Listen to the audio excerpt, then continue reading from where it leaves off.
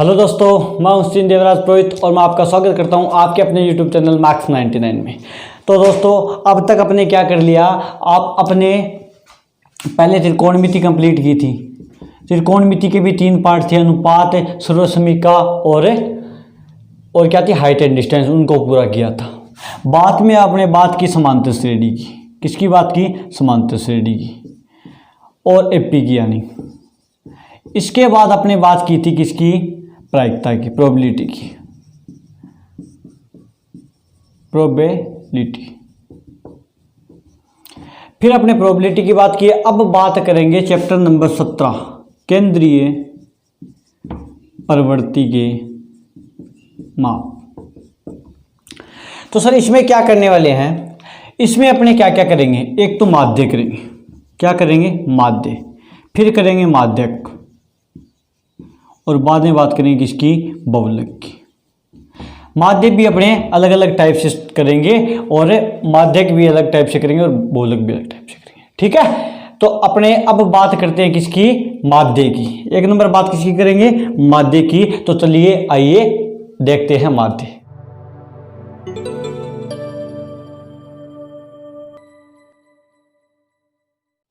तो आइए अब बात करते हैं समांतर माध्य की। किसकी? समांतर माध्य। सर समांतर माध्य क्या होता है? मैंने कहा अब तक आपने जो औसत पढ़ा था, क्या पढ़ा था? जो एवरेज पढ़ा था वही समांतर माध्य होता है। तो मैंने कहा सर समांतर माध्य की क्या विशेषता होती है? मैंने कहा औसत की क्या विशेषता होती है ये बताओ। तो आपने कहा था सर औसत है ना, औसत होता है राशियों का योग बटा राशियों की संख्या। राशियों का योग बटा राशियों की संख्या। राशियों की संख्या, यही पढ़ा था। यही क्या होता है? समांतर माध्य होता है। क्या होता है? समांतर माध्य होता है। ठीक है, इसमें भी राशियों बोल दो या आंकड़े बोल दो, आंकड़ों का योग भी बोल सकते हैं अपने। आंकड़ों का योग बटे आंकड़ों की संख्या। आंकड़ों की संख्या। तो सर इसमें क्या करेंगे अपने? मानो अपने को आंकड़े दिए हुए हैं 2, 4, 6, 8, 10 तक आंकड़े दिए हुए हैं। पूछेगा कि इसका समांतर माध्य बताओ सर। तो अपने क्या करेंगे? आंकड़ों का योग चाहिए, पहले आंकड़ों को जोड़ते हैं। 2 + 4 + 6 + 8 + 10 बटे, और जितनी संख्या आंकड़ों की संख्या कितनी है? 1, 2, 3, 4, 5। तो इसके बट्टे में टोटली कितने लगा देंगे? 5 लगा देंगे। बोलो समझ में आया? तो सर इनको जोड़ेंगे। 6, 6 12, 12 और 8 20, 20 और 10 कितने हो गए? 30 बटा जो 5 आएगा ना सर वो आएगा 6, और 6 क्या होगा? माध्य होगा। बोल या औसत होगा। यही तो करते आए अभी तक अपने। ठीक है, तो सर क्या करेंगे? अब बात करते हैं क्वेश्चन की तरफ। ओके, नंबर 1 क्या दे रखा है कि विद्यालय में कार्यरत प्रधानाध्यापक समेत 5 कर्मचारियों का वेतन 8,000, 5,000, 4,000, 2,500 और 1,500 मासिक है। तो विद्यालय के कार्यरत कर्मचारियों का औसत वेतन या माध्य वेतन ज्ञात करना है। ठीक है, तो एक बात बताओ, अभी मैंने आपको औसत या माध्य का जो सूत्र बताया था, औसत या समांतर माध्य, मैं एक बार औसत लिख रहा हूं। ठीक है, या आप समांतर माध्य भी लिख सकते हो। ठीक है, तो क्या करेंगे सर? मैंने कहा आंकड़ों का योग बटा आंकड़ों की संख्या होता है। क्या होता है? आंकड़ों का योग बटा आंकड़ों की संख्या होता है। आंकड़ों की क्या होता है? संख्या होता है। तो आंकड़ों का योग सर, मैंने कहा आंकड़े कहां पर दिए हुए हैं? ये वेतन वाले आंकड़े तो है 8,000 प्लस 5,000 प्लस 4,000 प्लस 2,500 प्लस 1,500। ये तो आंकड़ों का योग हो गया सर। अब आंकड़ों की संख्या क्या होगी? तो जो गिनो इनको, 1, 2, 3, 4, 5। तो आंकड़ों की संख्या कितनी है? 5। तो मैंने नीचे 5 लगा दिया। बताओ, अब इनको जोड़ लो। जोड़ो 8,000, 5,000, 4,000, 2,500 और 1,500। इनको जोड़ेंगे तो 21,000 आएगा। कितना आएगा? 21,000 आएगा। तो आंकड़ों का जो योग आया सर वो 21,000 आया। कितना आया? 21,000 आया। तो मैंने 21,000 लिख दिया। बताओ, और बटे 5 था तो मैंने 5 कर दिया। बताओ कोई दिक्कत आई अब तक? नहीं है। 5000 में 21,000 में अगर अपने 5 का भाग देंगे सर तो आएगा 4 और 2 और 00 4200। तो 21 का भाग देंगे तो 4200 रुपये आएगा, जो क्या हो गया मासिक वेतन होगा। तो नीचे लिखो विद्यालय में कार्यरत कर्मचारियों का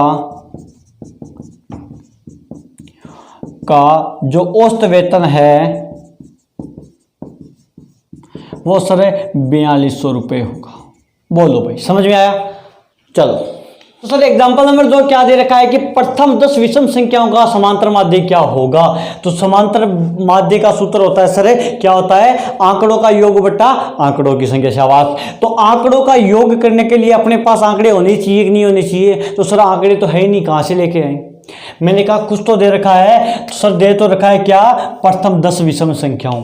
तो ये बताओ प्रथम 10 विषम संख्याएं क्या क्या होगी? तो प्रथम 10 विषम संख्याएं, प्रथम 10 विषम संख्याएं। विषम संख्याएं और सम संख्याएं मैंने आपको प्रायिकता में बताया था, बाकी एक बार और सुन लो। सम संख्याएं वो होती है सर जिसमें 2 का भाग पूरा पूरा जाता है, ठीक है। और विषम संख्या क्या होती है? विषम संख्या वो होती है जिसमें 2 का भाग पूरा पूरा नहीं जाता भाई, ठीक है।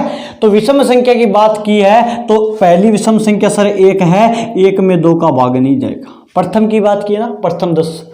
फिर सर 2 तो विषम है तो 3 क्या आएगा विषम, फिर 4 क्या आएगा सम तो 5 क्या आएगा विषम, फिर 6 क्या आएगा सम तो 7 क्या आएगा विषम, फिर 8 छोड़ो 9 छोड़ो 10 छोड़ो 11, 12 छोड़ो 13, फिर 14 छोड़ो 15, फिर 16 छोड़ो 17, फिर 18 छोड़ो 19।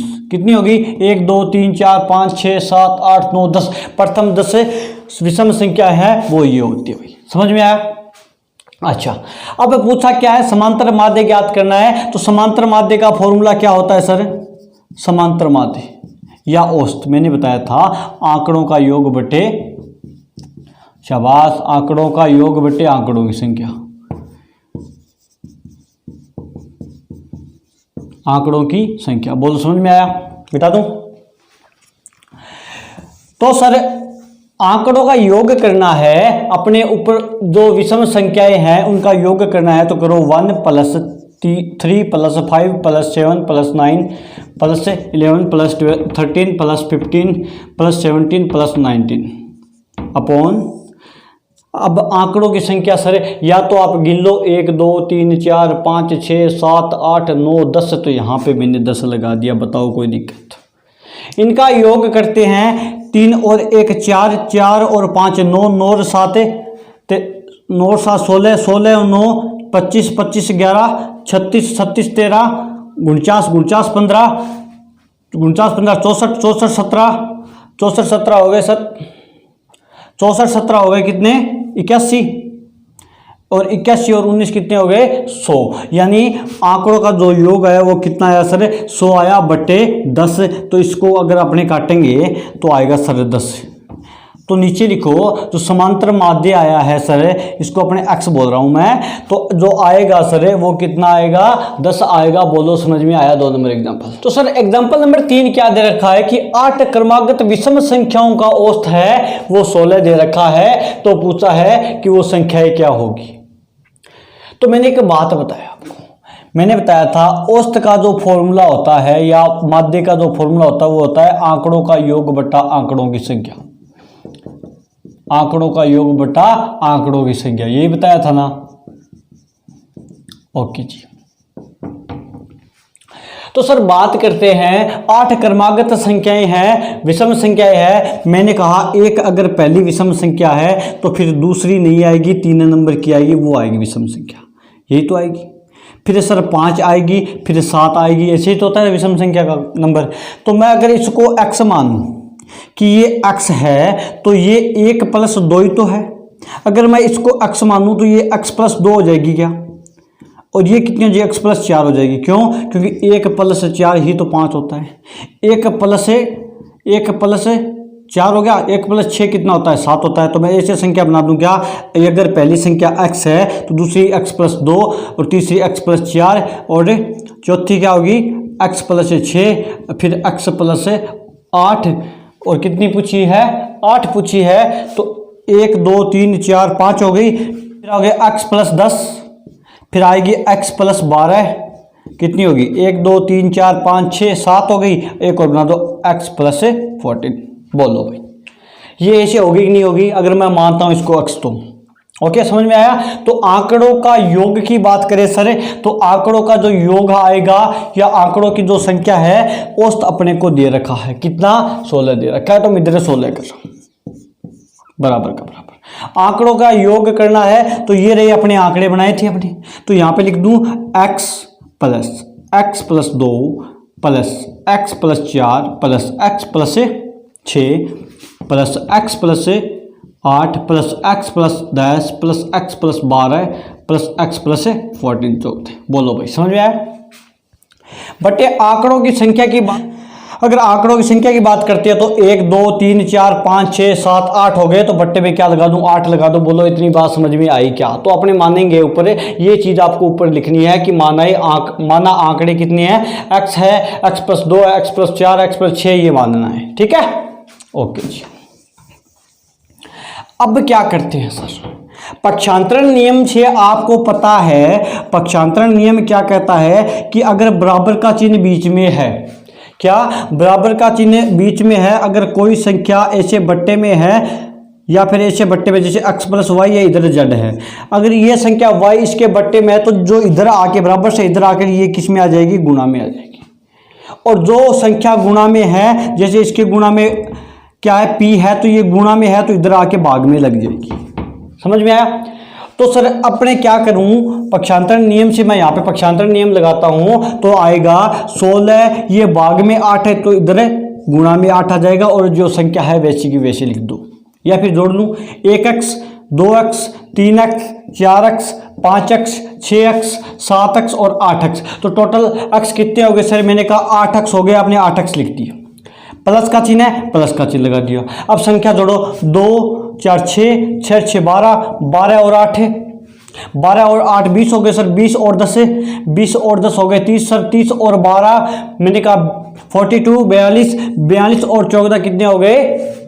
42 और 14 कितने हो गए भाई? 56, यानी 56। बोल लो भाई समझ में आया? ठीक है सर, इतना बात समझ में आ गई, कोई दिक्कत नहीं है। लेकिन अपने को तो x का मान ज्ञात करना है। क्यों करना है? अगर x नहीं आएगा सर तो अपने संख्या का पता कैसे करेंगे कि संख्या क्या क्या है? तो मैंने कहा इनको गुणा करो आप। 16 को 8 से गुणा करते हैं, कितना आएगा भाई? 128 आएगा कि नहीं आएगा ये बताओ।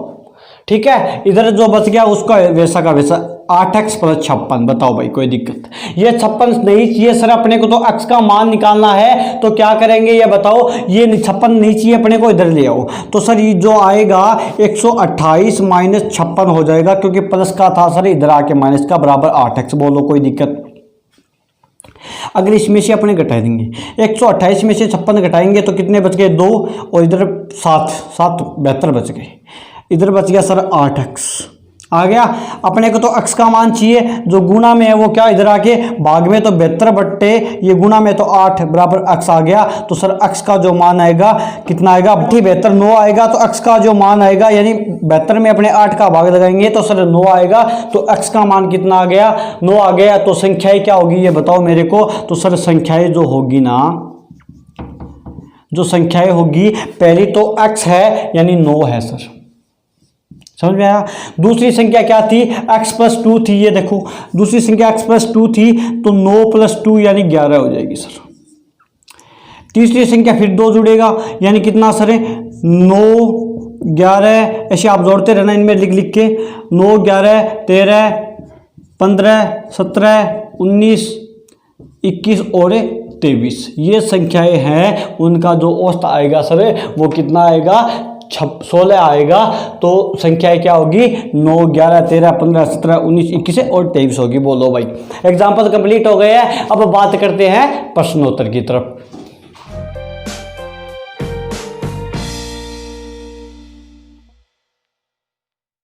क्वेश्चन नंबर 1 क्या दे रखा है कि यदि एक कक्षा में गणित विषय में 10 छात्रों का जो प्राप्तांक है वो 52 75 40 70 43 40 65 35 48 और 52 है, तो समांतर माध्य ज्ञात करना है। तो मैंने आपको बता रखा है जो समांतर माध्य का फॉर्मूला होता है ऐसे क्वेश्चनों में, समांतर माध्य होता है वो सर होता है क्या, आंकड़ों का योग बट्टा आंकड़ों की संख्या, आंकड़ों का योग बट्टा आंकड़ों की संख्या। तो बताओ भाई, आंकड़ों का योग चाहिए, आप ऐसे क्वेश्चन तो कर सकते हो, कोई दिक्कत नहीं है। तो सर आंकड़ों का जो योग है वो है 52 plus 75 plus 40 plus 70 plus 43 plus 40 plus 65 plus 35 plus 48 plus 52, इतने ही बटे आंकड़ों की संख्या की बात करें सर तो 1 2 3 4 5 6 7 8 9 10 है, तो मैंने बटे 10 लगा दिया।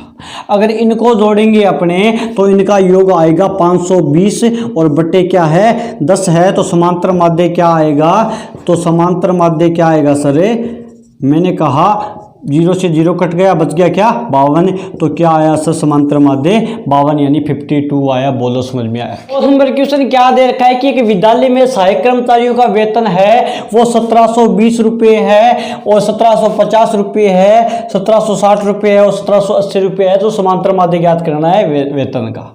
तो मैंने कहा जो समांतर माध्य होता है ना सर, समांतर माध्य वो क्या होता है, आंकड़ों का योग बटा आंकड़ों की संख्या होता है।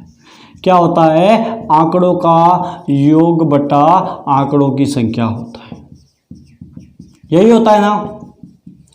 तो सर आंकड़ों के योग की बात करें तो योग करना पड़ेगा इनका, तो करो 1720 प्लस 1750 जोड़ो भाई 1760 प्लस में 1710, बताओ कितना आएगा इनको योग, बटे आंकड़ों की संख्या 1 2 3 4 है, तो मैंने 4 लिख दिया, इनका योग बताओ भाई।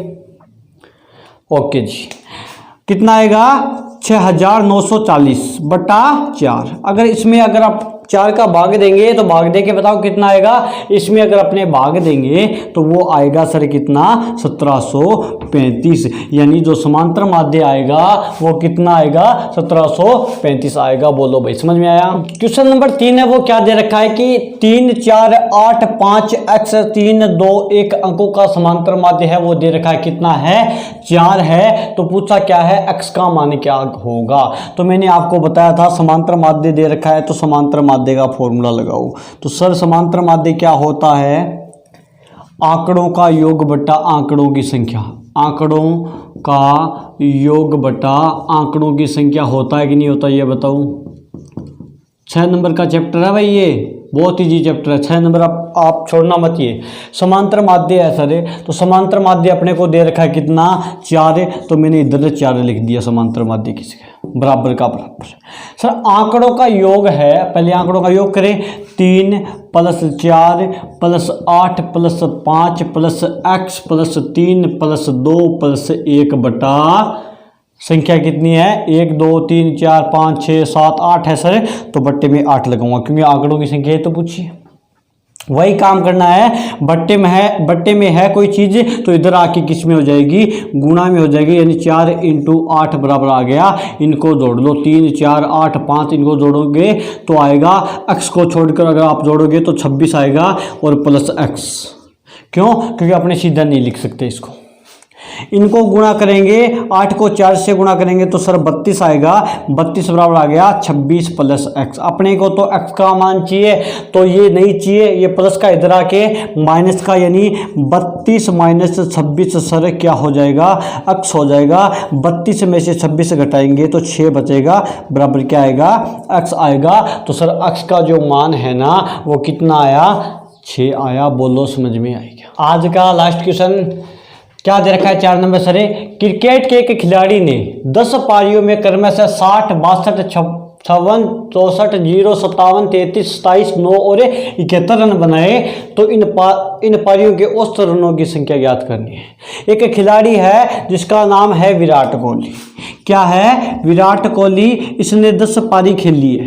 कितनी पारी खेली है 10 पारी खेली है और 10 पारियों में कितने रन बनाए इसने, पहली पारी में 60 रन बनाए फिर आउट हो गया, दूसरे पे 62 बनाए फिर आउट हो गया, 56 बनाए, तीसरी में 56 बनाए फिर आउट हो गया, 4 नंबर में 64 पे आउट हो गया, 5वीं पे 0 पे आउट हो गया, 6ठी पे 57 पे और सातवीं पे 33 पे, आठवीं पे 27 पे, फिर नौवीं पे 9 पे और 71 रन बनाए 10वीं पारी में और आउट हो गया। तो इसकी एवरेज निकालनी है। एवरेज निकालना आपने क्रिकेट मैच देखा होगा तो आप देखते हो तो नीचे एवरेज लिखा हुआ होता है कि ये खिलाड़ी एवरेज ये रन बनाता है।